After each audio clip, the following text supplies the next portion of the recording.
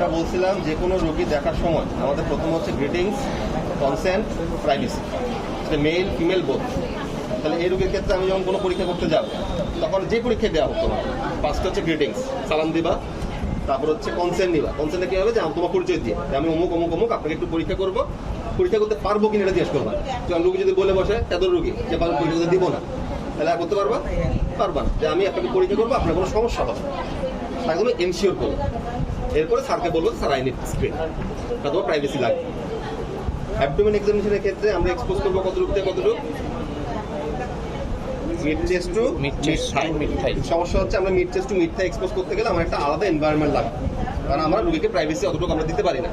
তাহলে আমরা যেটা করি, আমরা হয়তো মিড চেস্টটা করতে পারি, এদিকে এতটুকু আমরা এক্সপোজ করতে পারি, নিচের দিকে আমরা যেটা করি আমরা এতটুকু পর্যন্ত করি, এর নিচে আমরা নর্মালি নামি। এটা হচ্ছে রোগীর প্রাইভেসি মেনটেন করার জন্য, ঠিক আছে।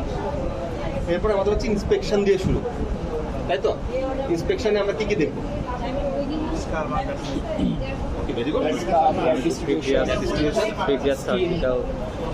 সার্জিক্যাল মানে স্কার দেখে তুমি বুঝবো এটা। স্কিন দেখবো, স্কিনে কি দেখবা, স্কিন কন্ডিশন, পিগমেন্টেশন থাকতে পারে, কোনো এক্সিমেটাস লেশন থাকতে পারে, লেভেল দেখো, মানে আম্বিলিকাসের পজিশন দেখো, অ্যাঙ্গোস ভেইন দেখো, আর অ্যাবডোমেনের সাইজ শেপ, এই যে এখান থেকে তোমাদের শুরু হয়। ফার্স্টে দেখো সাইজ শেপ, ঠিক আছে। প্রথমে যদি তোমরা স্কার মার্কে চলে যাও, প্রথমে যদি তোমরা হচ্ছে ওই যে অ্যাঙ্গোস ভেইন আছে কিনা দেখতেছো, তাহলে জানা শুরু করবা size shape position of the umbilicus. এবার তুমি আস্তে আস্তে আগে skin condition, hair distribution, pigmentation, তার স্কার মার্ক, কোনো ভিজিবল বালজিং আছে কিনা, হার্নিয়া থাকতে পারে না, একটা পেশেন্ট হার্নিয়া থাকতে পারে, ভিজিবল বালজিং, তারপর হচ্ছে কোনো ভিজিবল সোয়েলিং, তারপর হচ্ছে তোমার যে আম্বিলিকাসের চারপাশে আমরা পড়ছিলাম না, কি বল ক্যাপুট মেডুসা, ভেনাস এনগর্জমেন্ট দিয়ে করা যেতে পারে। এর সাথে অবশ্যই যেটা দেখতাম সেটা হচ্ছে হার্নিয়াল অরিফিস। এটা কিভাবে দেখবো, আমরা রুগীকে কাশি দিতে বলতাম। ধরো এই আমার দিকে তাকায় আছে রুগীকে বলতে হবে আপনি ওপাশে তাকান, তাকে একটা কাশি দিবে, তোমার চোখটা থাকবে হার্নিয়াল অরিফিসের দিকে। রুগী যদি কাশি দেয়, তখন যদি এটা বালজিং হয়, তার মানে হার্নিয়া প্রেজেন্ট, সেক্ষেত্রে তোমাকে অবশ্যই পালপেশনে পালপেবল কাফ ইম্পালস দেখা লাগবে। যদি ভিজিবল কাফ ইম্পালস আমরা না পাই, তখন তুমি পালপেবল কাফ ইম্পালস না দেখলেও চলবে। বুঝতে পারছি কথাটা? যখন হার্নিয়ার পরীক্ষাটা দিবে শর্ট কেস, তখন কিন্তু ভিজিবলও করবা, পালপেবলও করবা, কারণ তো এটা জানার কথা তোমাকে হার্নিয়া কেসে দেওয়া হয়েছে, তাই না? এক্ষেত্রে তো হার্নিয়া কেস হিসেবে তোমাকে দেওয়া হয় না, তোমাকে দেওয়া হচ্ছে অ্যাবডোমেন এক্সামিন করার জন্য। হয়তো এই রুগীর পেটে ব্যথা ছিল, হয়তো এই রুগী কোনো একটা সোয়েলিং নিয়ে আসছে পেটের মধ্যে, অথবা একটা নর্মাল হেলদি রুগী, তোমাকে জাস্ট অ্যাবডোমেন এক্সামিন করতে হবে, ঠিক আছে। যখন কোনো রুগী দেওয়া হবে পরীক্ষাতে, তোমাকে মাথা মধ্যে রাখতে হবে এমন না যে এই রুগী সবকিছু অ্যাবনর্মাল। একটা এক্সরে দেওয়া হয়েছে, তোমরা সবাই যেটা করো যে অ্যাবনর্মালিটি খুঁজো, যে হাড্ডি ভাঙা কোথায়, হাড্ডি ভাঙা কোথায়, হাড্ডি ভাঙা, তোমাকে এমনও হতে পারে নর্মাল একটা চেস্ট এক্সরে দেওয়া হয়েছে। তোমার কাজ হচ্ছে ডিসক্রাইব করা, this is a plain X ray chest, অমুক অমুক অমুক অমুক, এখানে আমাদের trachea centrally placed, both lung field clear. তুমি ওভাবে করে বলতে থাকো, ভাঙা থাকলে থাকলো, না থাকলে, বাট একটা ভাঙা তুমি মিস করছো, এটার জন্য ফেল হবে না। ওভারঅল তুমি ডিসক্রাইব করতে পারো না, ওটার জন্য ফেল। বুঝতে পারছো? আমার এখানে তোমরা 90 পাই অনার্স পাই পাস করে আসো, আমার এরকম কোনো টার্গেট না। আমার টার্গেট হচ্ছে তুমি 60 পাই পাস করো, প্রয়োজনে 55 পাও, 5 নম্বর গ্রেস পাই পাস করো, কিন্তু দরকার পাস।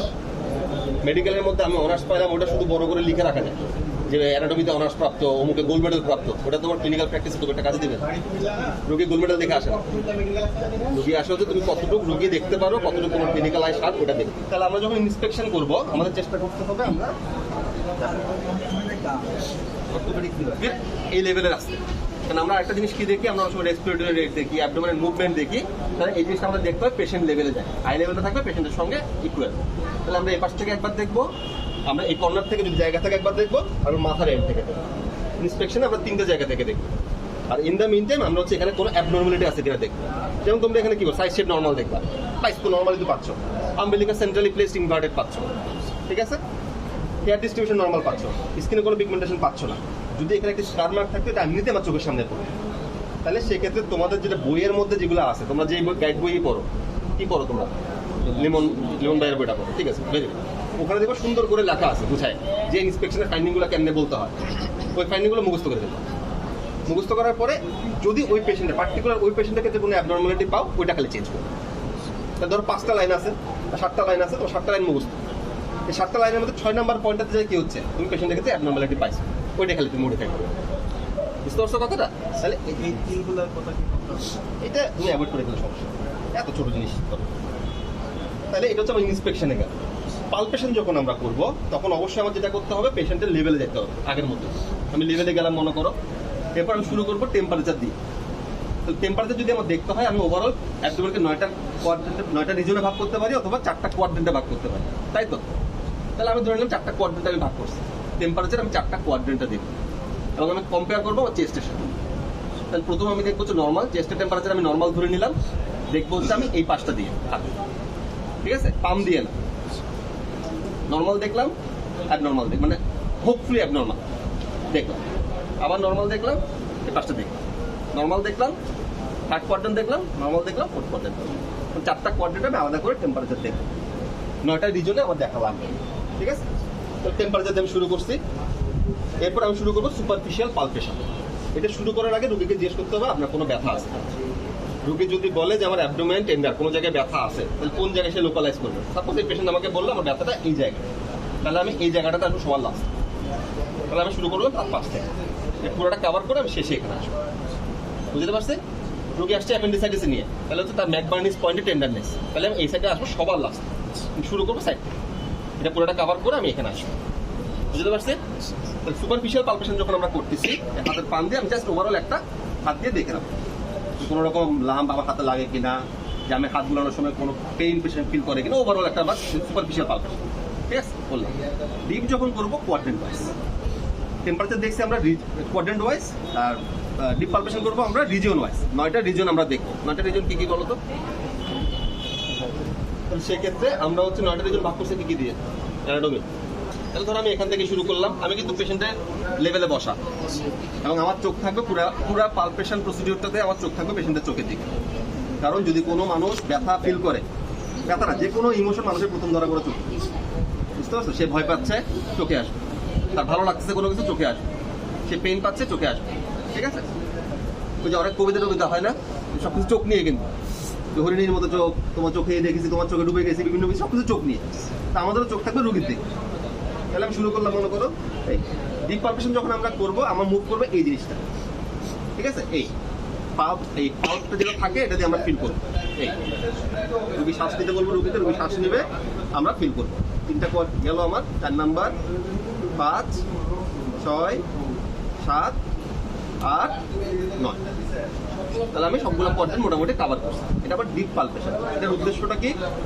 কোনো পেইন আছে কিনা, সোয়েলিং আছে কিনা, বা অ্যাবনর্মাল কোনো কিছু আমার চোখে ধরা পড়ে, ওকে? তাহলে সুপারফিশিয়াল গেল, ডিপ গেল। এরপর আমাদের করতে হবে অর্গান পালপেশন। অর্গান পালপেশনে আমাদের মেইনলি লাগে হচ্ছে লিভার, স্প্লিন, কিডনি, আর হচ্ছে সিটি, আর হচ্ছে কয়েকটা সাইড, যেমন হচ্ছে ব্লাডার তোমাদেরকে পালপেট করতে ভুলবেন ইউজুয়ালি। তোমাদের বলবে হচ্ছে লিভার, তোমাদের বলবে হচ্ছে স্প্লিন, কিডনিটা ক্লাস পাইনি, অনেক সময় বলে, অনেক সময় বলে না, তারপর আমরা শিখে রাখবো। আর কয়েকটা সাইনের মধ্যে কি থাকবে? McBurney's point tenderness, rebound tenderness, Murphy's sign, renal angle tenderness, mainly ঘুরে ফিরে 4টাই দেখা যাবে। তো সেক্ষেত্রে আমরা যখন হচ্ছে লিভার পালপেট করবো, প্রথমে যেটা করতে হবে, রুগীর মাথাটা আমাদের একটু উঁচু করে তুলে নিতে হবে, বলতে হবে আপনি একটু উপরের দিকে উঠবেন, এখানে আমরা ফিল করবো হচ্ছে lateral border of the rectus. তাহলে lateral border of the rectus যেখানে আমি পাবো, তার সাইড থেকে মানে তার ল্যাটারালি আমি হচ্ছে এক্সামিনেশন শুরু করবো। রাইট আলি এক পাশে থেকে আমি আস্তে আস্তে উপরের দিকে উঠবো এবং উপর দিকে যদি ফিল করবো আমার এই বর্ডারটা দিয়ে, ঠিক আছে? তাহলে আমি এখানে দিলাম, রুগীকে বলতে হবে শ্বাস নিতে। যখন পেশেন্ট শ্বাস নিবে তখন কি হয়? অর্গানগুলো আস্তে আস্তে দিকে চাপ দেয়, তখন আমি প্রেস করি। যখন রুগী শ্বাস ছাড়বে তখন আমি আমার হাতটা আগাবো। এমন না যে এইভাবে চাপ দিয়ে এইভাবে করে লাফায় যাবো, তা আমার হাতটা এখানেই থাকবে, শ্বাস নেওয়ার সময় চাপ দিব, যখন শ্বাস ছাড়ো তখন আস্তে করে আমার হাতটা আগাবো, চোখ থাকবে রুগীর চোখে দিকে। ধরো এখন রুগী মনে করো শ্বাস নিচ্ছে, শ্বাস নেন, আবার যখন শ্বাস নেবে চাপ দেবে, ঠিক আছে? সে করতে মনে ঠিক আছে। মনে করুন শ্বাস নিচ্ছে, আমি ধরে নিলাম শ্বাস নিচ্ছে, আমরা লিভার এখানে ফিল করে লেফট লোকটা পর্যন্ত আমরা দেখি। আমি লিভার পাই না, এই জন্য আমি এখানে পালপেট করে লেফট লোক পর্যন্ত দেখলাম।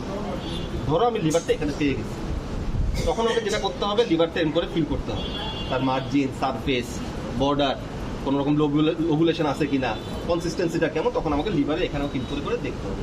আরটা যেটা করতে হবে, ফিতা থাকবে আমার পকেটে, ফিতা দিয়ে আমি এই রাইট কোস্টাল মার্জিন থেকে কতটুকু পর্যন্ত আমি এনলার্জ পাইছি মাপ। ধরো আমি 3 সেন্টিমিটার বা 4 সেন্টিমিটার এনলার্জ পাইছি, তাহলে এটা আমার মাথায় থাকবে।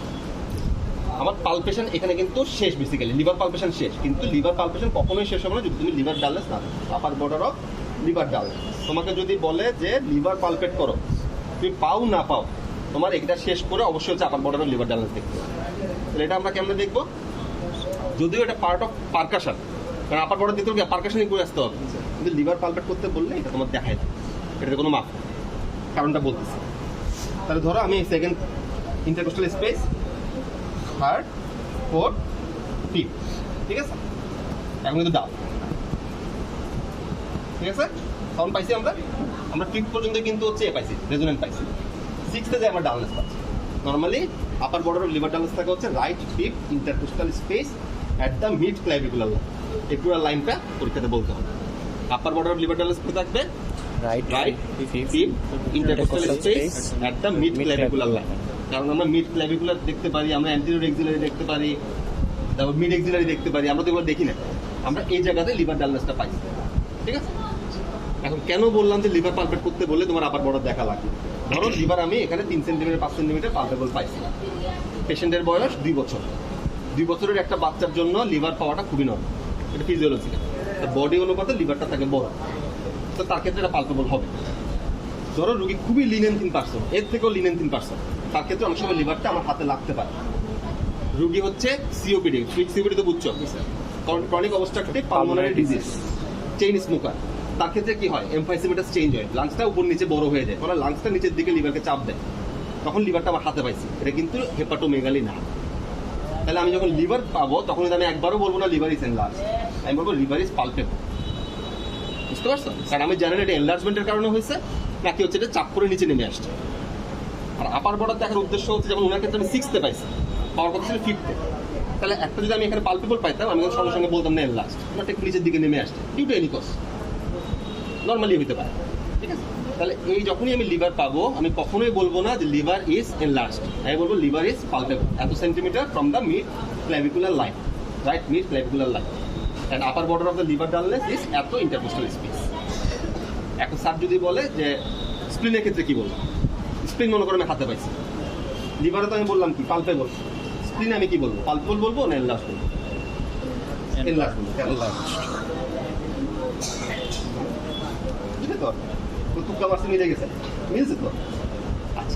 স্প্লিনের ক্ষেত্রে নিয়ম হচ্ছে 1.5 থেকে 2 গুণ যদি স্প্লিন বড় না হয়, সেই স্প্লিন কখনো হাতে লাগবে না।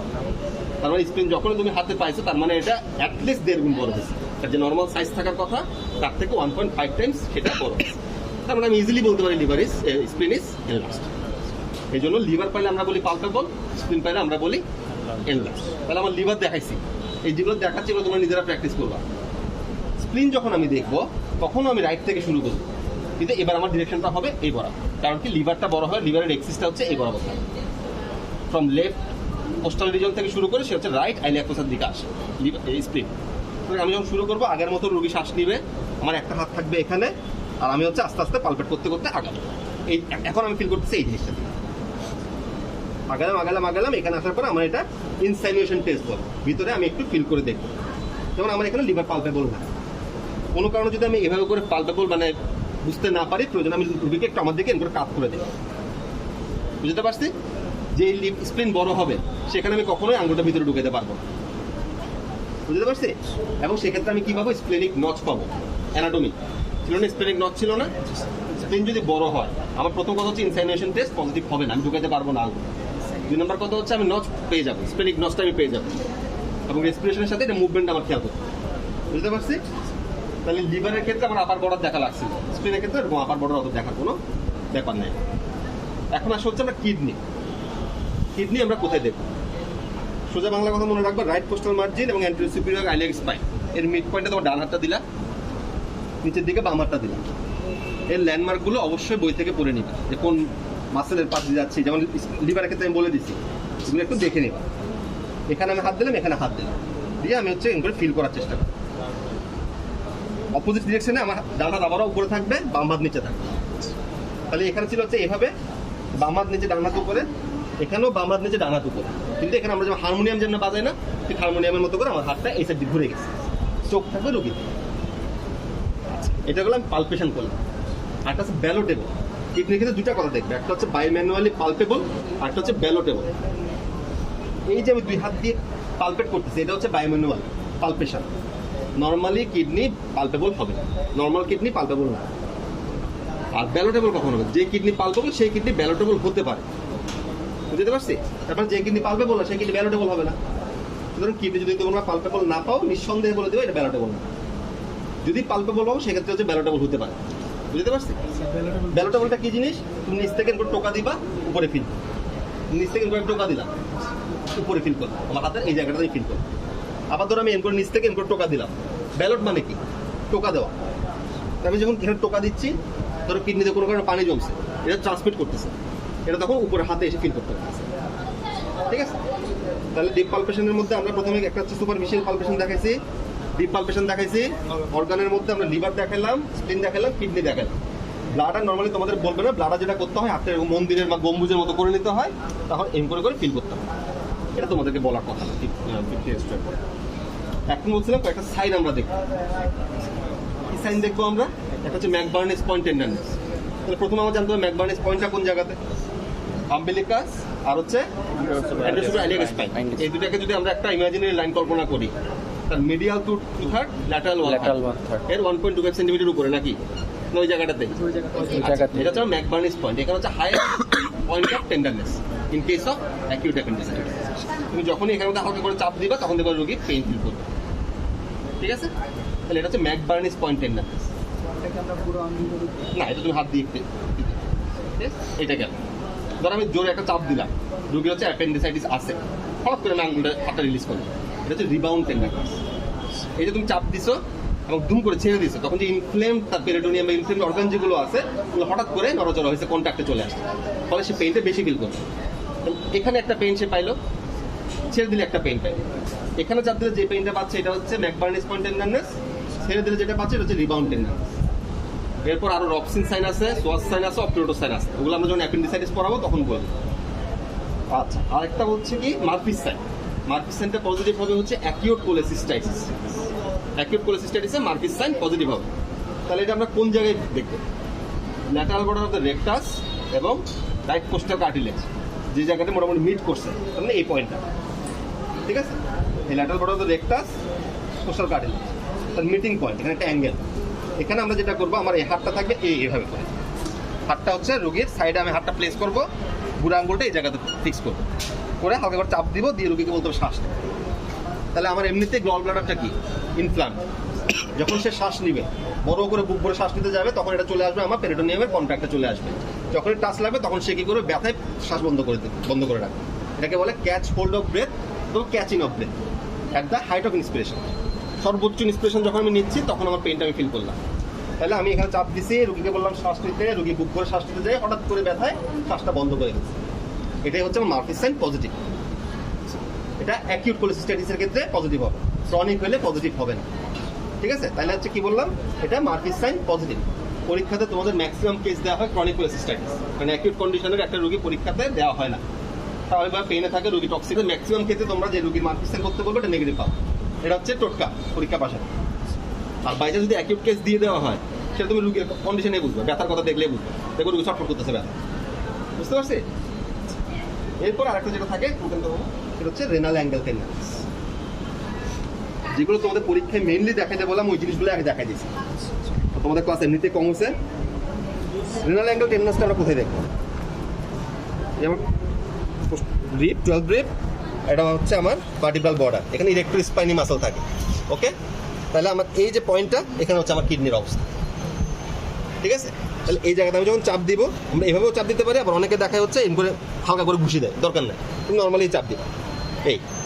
এটা হচ্ছে রেনাল অ্যাঙ্গেল টেন্ডারনেস, এখানে চাপ দিলে রোগী পেইন ফিল করবে। এটা হচ্ছে রেনাল অ্যাঙ্গেল টেন্ডারনেস। এটা খুবই কমই দেখাতে বলে, মেইনলি আগে যে কটা বললাম সেই কয়টা।